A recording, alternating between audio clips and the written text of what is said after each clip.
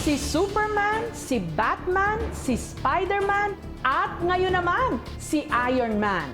Hindi nagkulang ang ating mundo sa mga matatawag na superhero. Bagamat sila'y kathang-isip lang, masarap pa ring isipin na sa pelikula man o sa totoong buhay, kailanman hindi mananaig ang kasamaan. Mula sa paglagay ng balbas, ayos ng buhok, facial expression, bihis, kilos, kopyang-kopya raw niya si Tony Stark. O mas kilala bilang ang superhero na si Iron Man. Ultimo armor suit na suot ni Iron Man sa pelikula, meron din siya.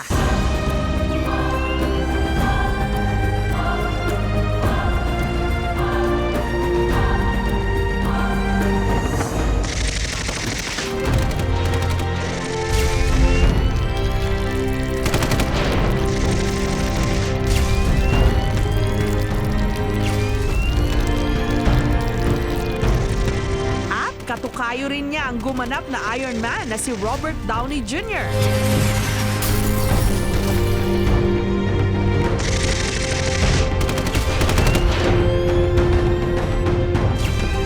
Meet Robert, ang cosplayer o costume player at certified Iron Man fanatic ng Pilipinas.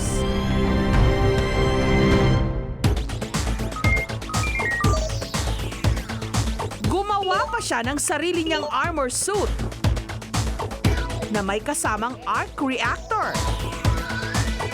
Yari sa rubber foam at inabot daw ng halos 1 buwan ang paggawa nito. Sa cosplay kasi, pag suot mo na yung costumes mo kailangan pati yung character kuha mo Kailangan pati yung galaw niya, pagsalita niya, yung kilos niya, yung character na pinoportray mo. Kumbaga, kailangan mo rin siyang i-feel. Nito lang Miyerkules, suot ang kanyang armor suit. Dumalo si Robert sa advanced screening ng pangatlong installment ng Iron Man.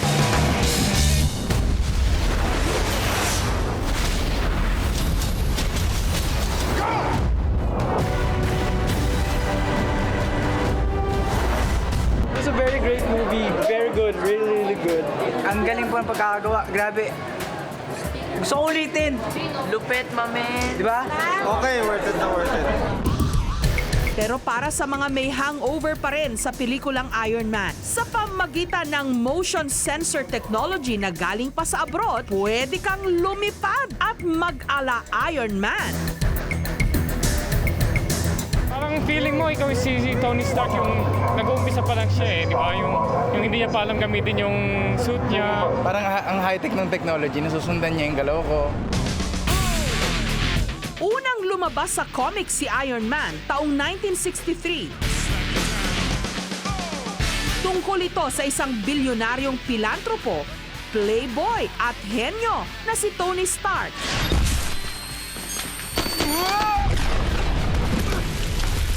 Na nagkaroon ng malalang sugat sa dibdib matapos kidnapin para gumawa ng weapon of mass destruction.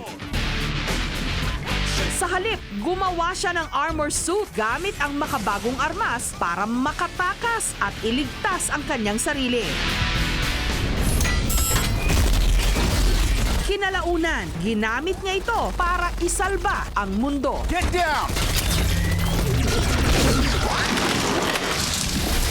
1960s, sa totoo lang, ang background nito, matindi pa rin yung labanan sa pagitan ng kapitalistang bansa ng Amerika at saka ng mga kalaban nitong bansa. Meron man itong implikasyon sa ating lipunan, pinapakita nito na yung Amerika, sa pamamagitan ni Iron Man, ay merong advanced technology. Tila merong fetish itong Amerika sa paglikha ng mga superhero na nakatali sa robotics o teknolohiya. 보여주셨던 것 같은데. Sa isang press conference naman para i-promote ang kanyang pelikula sa South Korea, ang bida ng Iron Man na si Robert Downey Jr. sumayaw ala Gangnam Style.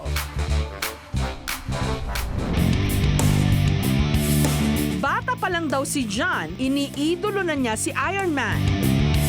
Patunay rito ang mahigit 200 niyang Iron Man collection. Mula comics, war machine, t-shirts, at sandamakmak na action figures.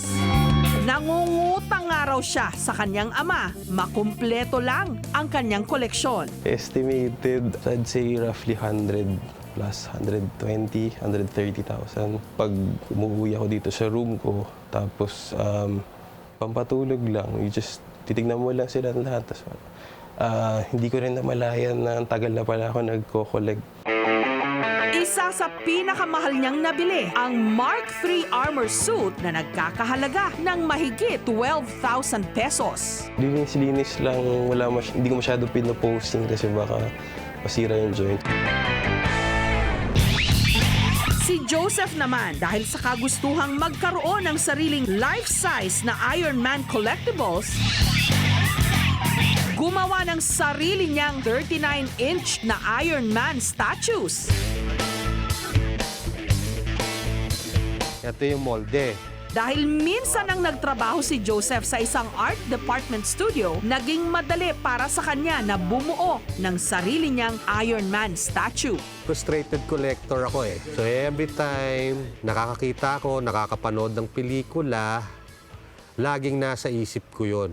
Gusto ko magkaroon ng laruan na ganon or statwa na ganon o rebulto, imahe para maging inspirasyon ko. Ngayon, meron na siyang war machine. Mark I, Mark II, at ang latest, ang Mark 42 armor suit. Pero kung meron mang mala Iron Man sa totoong buhay dahil binubuhay siya ng makina, ito na siguro ang may pacemaker sa kanilang puso.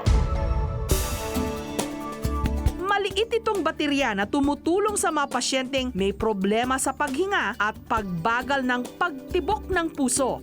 Ang maliit na metal device na ito, ipinapasok sa katawan at ikinakabit sa puso gamit ang wire at tinatayang kayang gumana ng mahigit 10 taon. Madalas hingalin at hirap huminga noon ang 63 anyos na si Ricardo. May pagkakataon pa nga raw na hinihimatay siya, pero sa tulong ng kanyang amo, sumailalim si Ricardo sa operasyon noon lamang nakaraang taon. Nilagyan siya ng pacemaker at dahil dito, malakas na raw ang kanyang pangangatawan. Kung wala akong pacemaker, lagi ako napapagod. Konting lakad ko lang, pagod na ako. Kahit kumakain ako, napapagod ako, humihingal ako. Pagka nakahiga ako, bigla akong tatayo, nahabol ko yung hininga ko. Para akong malagutan ng hininga, naninikip yung dibdib ko. Okay na yung aking paghinga ngayon, ginhawa na. Malaking tulong po. Malaking tulong na yun. Yung pagkakabit ng akin ng pacemaker. Lifespan ng mga baterya ay 7 to 10 years, no? Pero para siyang para siyang baterya ng cellphone kung hindi masyadong madalas ang gamit ng pasyente. Kung usually meron siyang sariling heartbeat, no? Nakakatipid sa baterya 'yon. Pero ito ang literal na Iron Man. Si Glicerio, ang lalaking planchador ng Las Piñas. Katulad ni Iron Man, na-aksidente rin daw siya kaya't kinailangang lagyan ng bakal ang kanyang kaliwang binti. Kahit pa may iniindang sakit, ang tambak na plantsahin, nagagawa niyang tapusin sa loob lang ng kalahating oras. Bagamat kalimitang mga babae ang pumapasok sa trabahong ito, hindi raw ikinahihiya ni Glicerio ang pagiging planchador. Ito kasi ang ipinambubuhay niya sa kanyang pamilya. Kahit ba tawagin na akong lalaking planchador, okay lang. Kasi ito na yung bumubuhay sa akin ngayon. Ito yung nakakatulong sa akin ngayon. Kung wala sa akin to, ano magagawa? Paano ko mabubuhay ang pamilya ko? Kaya ang tingin sa kanya, isang totoong superhero.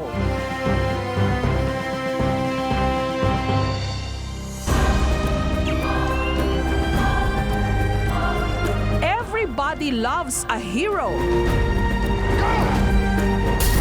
Sa mga pelikula, mga superhero ang nagliligtas sa ating daigdig. Pero sa totoong buhay, hindi na natin kailangan pa ng special powers para lang makatulong sa ating kapwa. Pwede rin tayong maging superhero kahit sa simpleng pamamaraan.